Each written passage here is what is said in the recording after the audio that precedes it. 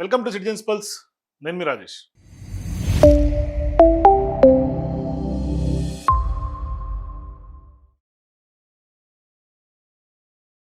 So ప్రస్తుతం 5 రాష్ట్రాల ఎన్నికలకు సంబంధించి ప్రధానంగా ఇవాళ రెండో ఫేజ్ ఎన్నికలు కూడా ముగిసింది.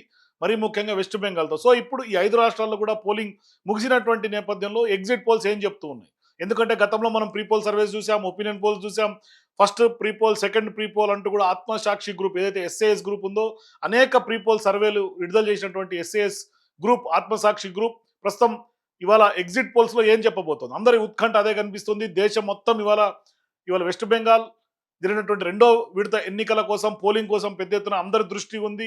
మరోవైపు ఆ యొక్క రిజల్ట్స్ ఏమయ్యే ఛాన్సెస్ ఉంటాయి? ఎగ్జిట్ పోల్స్‌లో రిజల్ట్స్ ఏ విధంగా ఉంటుంది? మరి ఎగ్జిట్ పోల్స్, ఎగ్జాక్ట్ పోల్స్ ఎంతవరకు అయ్యే అవకాశాలు ఉంటాయి? ఎందుకంటే ఇవాళ జాతీయ స్థాయిలో కూడా ఈ ఎన్నికల రిజల్ట్స్ తర్వాత కొంత రాజకీయాలు మార్పుకు నాంది కాబోతుందనే చర్చ జరుగుతోంది. ఒకవైపు ప్రతిపక్షాలు బలపడే అవకాశం ఉంటుందా? లేకుంటే బీజేపీ బలపడే అవకాశాలు ఉంటాయి. ఎందుకంటే ప్రధానంగా టీఎంసీ పార్టీని ఖచ్చితంగా ఈ యొక్క ఎన్నికల్లో భూస్థాపితం చేస్తామంటూ కూడా బీజేపీ చాలా కాన్ఫిడెన్స్ కనిపిస్తోంది. మరోవైపు పెద్ద ఎత్తున అక్కడ టీఎంసీకి సంబంధించినటువంటి నాయకులు, కార్యకర్తలందరూ కూడా గూండాలంటూ కూడా సాక్షాత్ హోంశాఖ మంత్రిగా ఉన్నటువంటి అమిత్ షా అక్కడ రాజకీయ ర్యాలీలో మాట్లాడటం. మరోవైపు మోదీ పదే పదే వెస్ట్ బెంగాల్లో అనేక రకాల క్యాంపెయిన్స్, చుల్మురి కానీ లేకుంటే వివిధ పెద్ద ఎత్తున ఎన్నికల స్టంట్స్కి తెరలేపడం, ఇవన్నీ చూసిన తర్వాత బీజేపీ చాలా కాన్ఫిడెన్స్ కనిపిస్తోంది. మరోవైపు టీఎంసీ కూడా మొదటి ఫేజ్ ఎన్నికలకి, రెండో ఫేజ్ ఎన్నికలకు కూడా కొంత ప్యాట్రన్ మార్చడం, హిందుత్వ ఎజెండా తెర మీదకి రావడం ఇదంతా జరిగింది. సో ఇక కేరళ ఎన్నికలు తీసుకున్న రేవంత్ రెడ్డి వర్సెస్ పినరయ్ విజయన్ మనం చూసాం. అస్సాంలో హేమంత్ బిశ్వ శర్మ వర్సెస్ కాంగ్రెస్ పార్టీ, పవన్ కేరాకు సంబంధించినటువంటి అంశం పెద్ద ఎత్తున వివాదాస్పదంగా మారింది. పెద్ద ఎత్తున అరెస్టులు దాకా దారితీసింది, చర్చలు జరిగినాయి, ఇట్లా జరిగింది. సో ఇట్లా అస్సాం, పుదుచ్చేరి, తమిళనాడులో టీవీకి ఏదో సంచలనంగా చెప్పుకోవచ్చు. పెద్ద ఎత్తున ఈ ఎన్నికల బేస్తోనే టీవీకే విజయ్ పెద్ద ఎత్తున తమిళనాడు రాష్ట్ర రాజకీయాలను చక్రం తిప్పబోతున్నారు. రాష్ట్ర రాజకీయ ముఖ చిత్రం మారబోతున్న చర్చ జరిగింది. మరోవైపు కేరళ, వెస్ట్ బెంగాల్ ఇట్లా ఈ 5 రాష్ట్రాలకు సంబంధించినటువంటి ఎన్నికల సంబంధించి ఎప్పటికప్పుడు రాజకీయంగా మనం మాట్లాడుతూనే ఉన్నాం. అనేక సర్వేలు చూసాం. అయితే ఇవాళ ఆ యొక్క ఆత్మసాక్షి గ్రూప్ ఇచ్చినటువంటి ఎగ్జిట్ పోల్ సంబంధించినటువంటి రిపోర్ట్ మన దగ్గర ఉంది. అంటే ఎగ్జిట్ పోల్స్, ఎగ్జాక్ట్ పోల్స్ ఎంతవరకు అయ్యే అవకాశాలు ఉంటాయో మీ అభిప్రాయాలు నాకు కింద కామెంట్స్ తెలియజేయండి. అయితే ఒకసారి రిపోర్ట్లకి ఇన్డెప్త్గా మనం వెళ్ళే ప్రయత్నం చేద్దాం. సో ప్రస్తుతం ఆత్మసాక్షి గ్రూప్ ఇచ్చినటువంటి ఎగ్జిట్ పోల్స్ రిపోర్ట్ మన చేతిలో ఉంది. ప్రస్తుతం 5 రాష్ట్రాలకు సంబంధించి ప్రధానంగా ఇక్కడ కేరళ ఎన్నికలకు సంబంధించినటువంటి వ్యవహారంలో మొత్తం కేరళలో 140 స్థానాలకు గాను ప్రధానమైనటువంటి మ్యాజిక్ ఫిగర్ మనకి 71గా కనిపిస్తుంది. Magic figure 71. అక్కడ యూడిఎఫ్కి 41.5%, యునైటెడ్ డెమోక్రటిక్ ఫ్రంట్కి వస్తున్నట్టుగా ఓట్ షేర్ ప్రొజెక్షన్ ఇచ్చారు. అట్లాగే ఎల్డీఎఫ్కి 39.5, బీజేపీకి 15. అట్లాగే యూడీఎఫ్కి 76 నుంచి 81 స్థానాలతో కాంగ్రెస్ పార్టీకి సంబంధించినటువంటి యునైటెడ్ డెమోక్రటిక్ ఫ్రంట్ గెలుపొందే అవకాశాలు ఉన్నట్టుగా చెప్తున్నారు. ఇక ఎల్డీఎఫ్ 61 నుంచి 66 స్థానాలకే పరిమితం కాబోతోంది. బీజేపీ మరీ ముఖ్యంగా 3 నుంచి 4 స్థానాలకే పరిమితం కాబోతోంది. ఇక మ్యాజిక్ ఫిగర్ కనుక చూసుకుంటే ఇది కేరళకు సంబంధించి. ఇక అస్సాంకి సంబంధించి 126 నియోజకవర్గాలకు గాను ఇక్కడ మ్యాజిక్ ఫిగర్ 64 కనిపిస్తోంది. కాంగ్రెస్ పార్టీ ప్లస్ సంబంధించినటువంటి కూటమికి 42%, ఎన్డీఏకి 46%, అదర్స్ 12%. ఇక కాంగ్రెస్ పార్టీ అస్సాంలో 40 నుంచి 46 స్థానాలకు పరిమితం అయ్యే అవకాశం ఉంది. 84 నుంచి 90 స్థానాలు ఎన్డీఏ ప్లస్కి, అంటే హేమంత్ బిశ్వ శర్మకు సంబంధించినటువంటి బీజేపీ పార్టీకి సంబంధించినటువంటి 90 స్థానాలు వస్తుంది. అదర్స్ 2 నుంచి 3 ఇట్లా మనకి ఇవి కనిపిస్తున్నాయి. నెక్స్ట్ తమిళనాడుకు సంబంధించినటువంటి విషయం కనుక చూసుకుంటే తమిళనాడులో ప్రధానమైనటువంటి పోటీ ఇప్పుడు టీవీకే విజయ్ ఏం చేయబోతున్నాడనే చర్చ జరుగుతున్నటువంటి నేపథ్యంలో మరి ఇప్పుడు టీవీకే విజయ్ ఎన్ని స్థానాలు రాబోతున్నాయి, బీజేపీకి ఎంత, డిఎంకేకి ఎంత, ఇవన్నీ కూడా చూసే ప్రయత్నం చేద్దాం. ప్రస్తుతం ఇక్కడ డిఎంకే ప్లస్కి 134 నుంచి 141 స్థానాలతో డిఎంకేనే మళ్ళీ గెలుపు పొందే అవకాశాలు ఉన్నాయి. మొత్తం 234 నియోజకవర్గాల్లో 118 మ్యాజిక్ మార్క్. సో ఈ నేపథ్యంలో 84 నుంచి 90 స్థానాలు ఏఐడిఎంకే అంటే ఎన్డీఏ కూటమికి వచ్చే అవకాశాలు ఉన్నాయి. టీవీకే విజయ్ కేవలం 4 నుంచి 8 స్థానాలకి పరిమితం. Others ఎన్టీకే 1, others 0. సో ఒకసారి మనం పోల్ పర్సెంటేజ్ కనుక చూసుకుంటే ఇక్కడ డిఎంకే ప్లస్కి 40 నుంచి 41% తోటి డిఎంకే స్టాలిన్ మళ్ళీ సీఎం అయ్యే ఛాన్సెస్ ఉన్నట్టుగా స్పష్టంగా అర్థమవుతుంది. ఇక 37 నుంచి 38% ఏఐడిఎంకే పరిమితం అవుతుంది. టీవీకే విజయ్ 15 to 16% మాత్రమే ఉంది. అయితే ఈ యొక్క ఆత్మసాక్షి సర్వేకి సంబంధించినటువంటి వ్యవహారంలో మనం గతంలో ప్రీపోల్ సర్వే కానీ లేకుంటే ఈ యొక్క ఆత్మసాక్షికి సంబంధించినటువంటి మూర్తి గారితో మనం మాట్లాడినప్పుడు కూడా ఆయన స్పష్టంగా చెప్పారు 18% కనుక టీవీకే విజయ్ కనుక క్రాస్ అయితేనే అది ఏఐడిఎంకే గెలుపుకు ఛాన్సెస్ ఉంటుంది, లేదు అంటే ఖచ్చితంగా అది డిఎంకే ప్లస్కే గెలిపోయే అవకాశం ఉంటుందని చెప్పారు. సో ఆ దిశగానే ప్రధానమైనటువంటి పోటీ అయితే ఇక్కడ ప్రధానంగా కేవలం టీవీకే విజయ్ ఇక్కడ 15 నుంచి 16% పరిమితం అవటం, 18 మార్క్ రీచ్ కాకపోవటం. దీంతో డిఎంకే మళ్ళీ 40 నుంచి 41% ఓట్ షేర్ సాధించి డిఎంకే స్టాలిన్ మళ్ళీ అధికారం దిశగా ఇవాళ తమిళనాడులో కొంత గెలుపొందే అవకాశాలు ఉన్నాయి. ఇక నెక్స్ట్ మనకు వెస్ట్ బెంగాల్ అందరి దృష్టి ఆకర్షిస్తుంది. వెస్ట్ బెంగాల్ మొత్తం 294 నియోజకవర్గాలు ఉన్నాయి అక్కడ. ఇవాళ రెండో విడత పోలింగ్ కూడా ముగిసిన నేపథ్యంలో చాలా వరకు ఉద్రిక్తత వాతావరణం నెలకొంది. బీజేపీ వర్సెస్ టీఎంసీగా బ్యాటిల్ ఫీల్డ్ మారినటువంటి నేపథ్యంలో 148 మ్యాజిక్ ఫిగర్ మనకు అక్కడ వెస్ట్ బెంగాల్ కనిపిస్తుంది. సో ఈ నేపథ్యంలో ఒకసారి టీఎంసీ కనుక చూసుకుంటే 46% ఓట్ షేర్తో టీఎంసీ మళ్ళీ గెలుపొందే అవకాశాలు ఉన్నాయని స్పష్టంగా ఆత్మసాక్షి గ్రూప్ చెప్తోంది.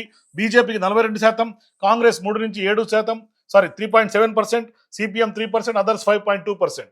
అయితే టీఎంసీకి ఇక్కడ 170 నుంచి 190 మార్క్ మనకు స్పష్టంగా కనిపిస్తుంది. అంటే మ్యాజిక్ ఫిగర్ దాటి భారీ మెజారిటీ తీసుకువస్తుంది. అయితే బీజేపీ మ్యాజిక్ ఫిగర్ కూడా క్రాస్ కావట్లేదు, కేవలం 120 నుంచి 130 స్థానాలకే పరిమితం అవుతుంది అనేది స్పష్టంగా అర్థమవుతుంది. కాంగ్రెస్ 1 నుంచి 4, సిపిఎం 0 నుంచి 2, అదర్స్ 1 to 5. అంటే ఇక్కడ ప్రధానంగా వెస్ట్ బెంగాల్లో మనం మాట్లాడుకోవాల్సి వస్తే మ్యాజిక్ ఫిగర్ కూడా బీజేపీ క్రాస్ అయ్యే అవకాశం లేదు ఆత్మసాక్షి గ్రూప్ ప్రకారం. అంటే ఇంత సాయశక్తుల వడ్డీ సెంట్రల్ ఫోర్సెస్ దింపి, ఎన్ఐఎన్ దింపి, ఈడీని వాడి, ఇన్కమ్ ట్యాక్స్ని వాడి, లేదంటే ఇవాళ యూపీ నుంచి అక్కడ ఉన్నటువంటి సీఎంగా ఉన్నటువంటి బుల్డోజర్ సీఎంని తీసుకెళ్లి బుల్డోజర్ని అక్కడ పెద్ద ఎత్తున ర్యాలీగా నిర్వహించి ప్రచారం చేసి మోడీ ఎన్నో ఎన్నికల జిమ్మిక్కులు వేసి, మరోవైపు ప్రధానంగా ఎన్నికల ఎన్కౌంటర్ స్పెషలిస్ట్గా ఉన్నటువంటి అజయ్ శర్మన్ దింపి ఇంత చేస్తే బీజేపీ మ్యాజిక్ ఫిగర్ క్రాస్ అయ్యే పరిస్థితి కనిపించట్లేదు. టీఎంసీ గూండాలతో కూడా ఏకంగా అమిత్ షా పోల్చాడు ర్యాలీస్లో. అమిత్ షా స్పష్టంగా నేను చాలా కాన్ఫిడెన్స్ చెప్తున్నా, గెలిచి తీరుతామని చెప్పాడు వెస్ట్ బెంగాల్. కానీ ఇవాళ ఆత్మసాక్షి ఇచ్చినటువంటి రిపోర్ట్ చూస్తే స్పష్టంగా 120 నుంచి 130 స్థానాలకే బీజేపీ పరిమితం అవుతోంది. 170 నుంచి 190 టీఎంసీ మార్క్ క్రాస్ అవుతోంది. ఇక పుదుచ్చేరి ఎన్నికల విషయం తీసుకుంటే కేవలం 30 నియోజకవర్గాలు కేంద్ర పాలిత ప్రాంతం, అది మ్యాజిక్ ఫిగర్ ఇక్కడ 16 కనిపిస్తోంది. సో ఈ నేపథ్యంలో ఇక్కడ ఒకసారి మనం కనుక చూస్తే ఎన్డీఏకి 17 నుంచి 19, ఎస్పీఏకి 11 నుంచి 12, టీవీకి 1 నుంచి 2, అదర్స్ 1. ఇక్కడ ఎన్డీఏకి 41% ఓట్ షేర్ కనిపిస్తోంది, ఎస్పీఏకి 38%, టీవీకి 16, అదర్స్ 5%. సో ఇట్లా పుదుచ్చేరి కనిపిస్తుంది. ఇక అనాలిసిస్లోకి వెళ్తే కేరళలో ప్రధానంగా ప్రొజెక్టెడ్ ఓట్ షేర్ వీళ్ళు ఇచ్చినటువంటి గ్రాఫ్ కనుక చూస్తే, అంటే ఈ పై చార్టు సర్క్యులర్ పై చూస్తే స్పష్టంగా మనకు కనిపిస్తుంది. యూడిఎఫ్కి సంబంధించినటువంటి 41.5, ఎల్డిఎఫ్ 39.5, 15% బీజేపీ, అదర్స్ 4. ఈ యొక్క పై డయాగ్రామ్లో స్పష్టంగా కనిపిస్తుంది. సో ఇక నెక్స్ట్ ఎగ్జిట్ పోల్స్ కేరళ విషయంలోనే సీట్ల విషయం తీసుకుంటే 76 నుంచి 81 యూడిఎఫ్, ఎల్డిఎఫ్ 61 నుంచి 66, బీజేపీ 3 నుంచి 4.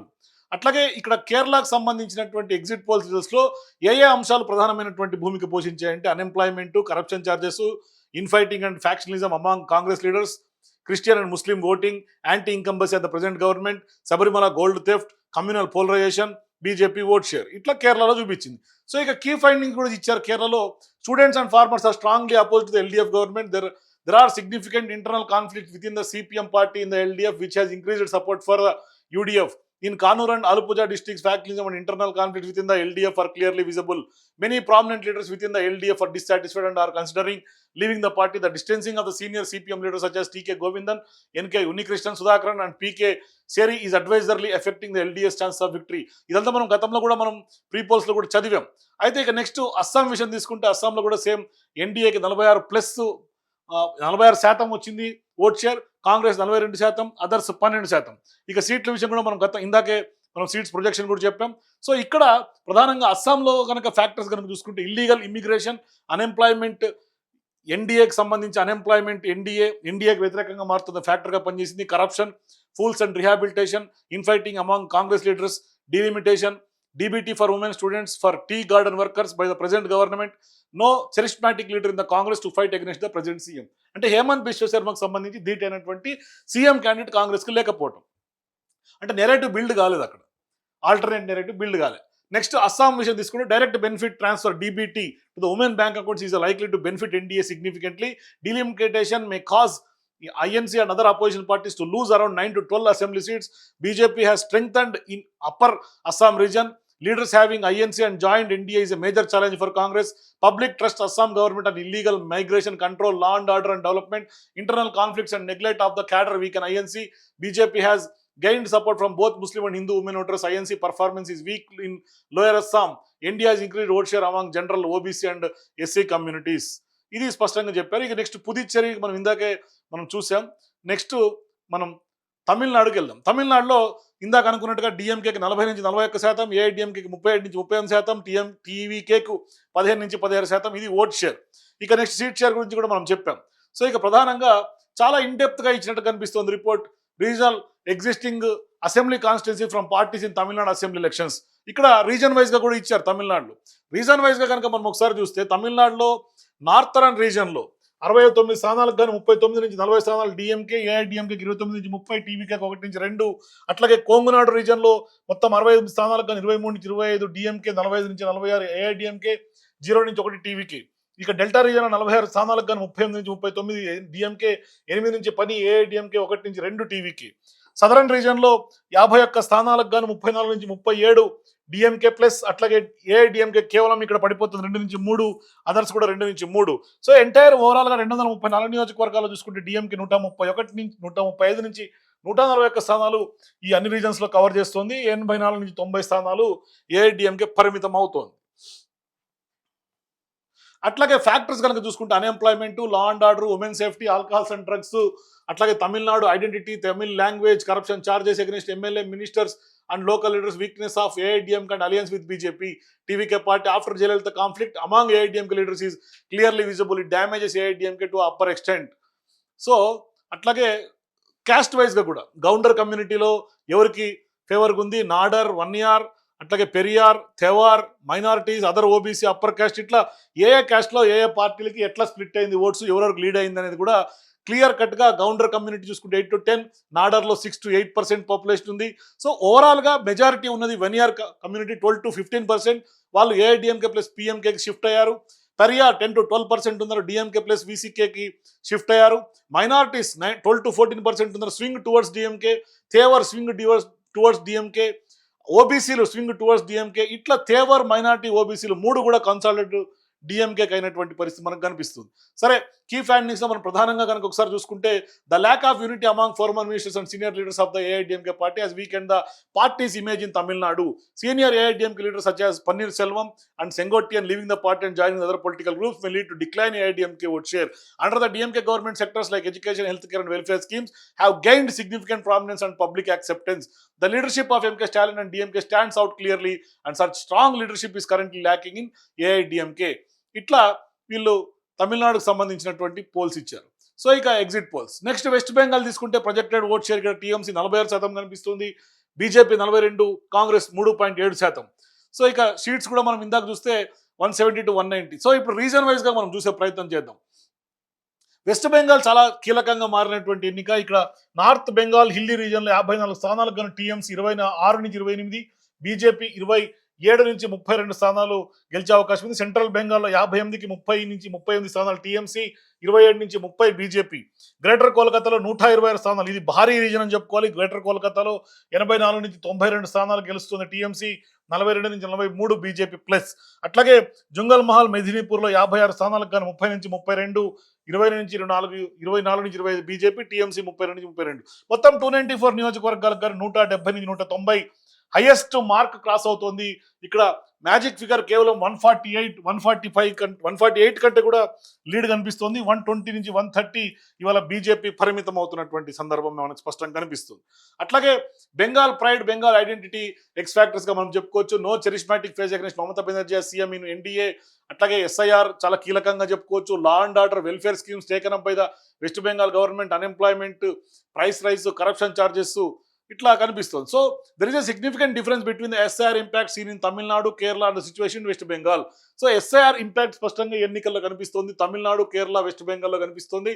The BJP does not fully understand the political and social dynamics of west Bengal. అంటే ఇక్కడ ప్రధానంగా వీళ్ళు ఇస్తున్నటువంటి ప్రధానమైనటువంటి ప్రీపోల్ అయినా, లేకుంటే ప్రీపోల్ 2 అయినా, లేకుంటే వాళ్ళు ఇచ్చినటువంటి ఎగ్జిట్ పోల్స్లో అయినా బీజేపీ సెల్ఫ్ గోల్ వేసుకుంటోంది వెస్ట్ బెంగాల్ అనే అంశం స్పష్టంగా చెప్తూ ఉన్నారు. TMC has very strong ground level cadre network in West Bengal. Women voters and Muslim voters will play decisive role in determining the fate of TMC and BJP. TMC is very strong in the Greater Kolkata region, in Greater Kolkata and it is suburban region. TMC is leading in the more than 75% of the 126 assembly constituencies. The SIR issue is not delivering the results that BJP expected in West Bengal. అంటే ఇక్కడ SIR ని ఏదైతే BJP expect చేసి లేదో scene reverse అయింది. Particularly, the OC community in the West Bengal is showing an inclination towards TMC. The Bhadralok section within the OBC community is also leaning towards TMC. BJP may expand its influence in North Bengal region, support among Muslims, women and benefits of various welfare schemes implemented by the West Bengal government and major regions for the positive inclination of towards TMC. So, SR reverse అయింది. చాలా వరకు majority sections ఎవరైతే ప్రభుత్వ లబ్ధిదారులందరూ కూడా TMC consult అయ్యారు. మరోవైపు Bengal identity మీద ఇవాళ అక్కడ పోరు జరుగుతుంది. రీజనల్ కాన్ఫ్లిక్ట్ స్టార్ట్ అయింది. బీజేపీ దాడిని ఇవాళ యుద్ధ వాతావరణాన్ని ప్రకటించడం, అక్కడ యుద్ధం లాగా కనిపిస్తున్నటువంటి నేపథ్యంలో అక్కడ ఉన్నటువంటి మొత్తం టీఎంసీకి కన్సాలిడేట్ అవటం.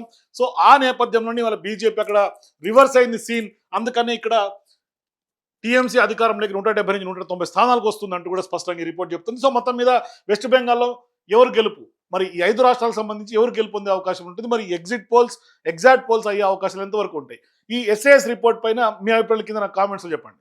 For more videos please watch citizens pulse.